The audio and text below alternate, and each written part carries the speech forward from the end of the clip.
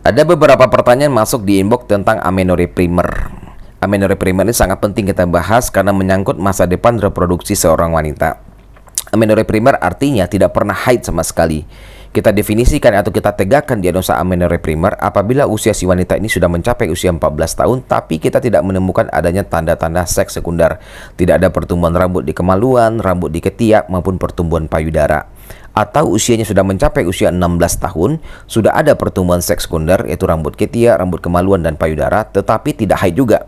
Maka itu kita definisikan sebagai amenorrhea primer. Banyak sekali penyebab amenorrhea primer, tapi ada 3 penyebab tersering yang sering kita temukan dalam praktek sehari-hari. Dan ini menyangkut masa depan reproduksi seorang wanita.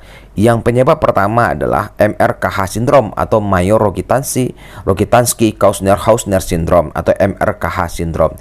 Itu merupakan penyakit atau kelainan genetik bawaan di mana wanita ini terlahir ke muka bumi dalam keadaan tidak membawa rahim dan tidak adanya vagina sepertiga vagina atas. Sehingga wanita ini terlahir dengan tanpa rahim, terlahir dengan vagina yang pendek, hanya 60% dari panjang vagina normal.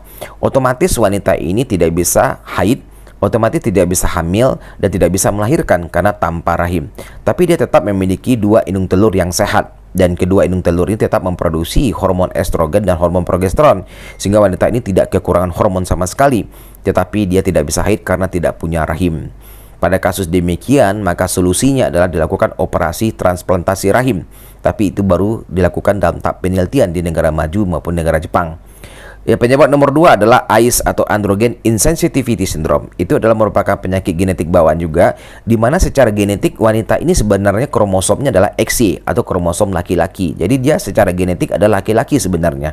Tetapi oleh karena ada masalah dari segi hormon laki-lakinya atau hormon androgennya tidak bisa menempel di reseptornya, otomatis tidak terjadi pertumbuhan alat kelamin luar dari laki-laki, di mana tidak terbentuk penis, tidak terbentuk skrotum, dan juga tidak terbentuk testis. Sehingga genitalia eksterna atau kelamin luarnya mirip dengan kelamin luar perempuan, tapi secara genetik dia sebenarnya adalah laki-laki dengan kromosom XY.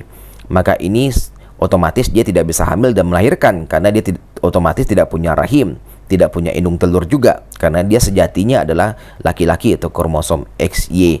Tetapi ada masalah dari segi kelamin luarnya, tidak terbentuk kelamin luar seperti laki-laki pada umumnya.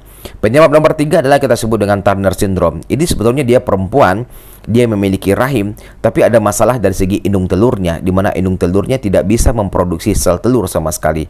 Maka di sini dia mengalami kekurangan hormon, telurnya tidak bisa diproduksi, otomatis rahimnya menjadi lebih kecil dan tidak bisa hamil dan melahirkan. Oleh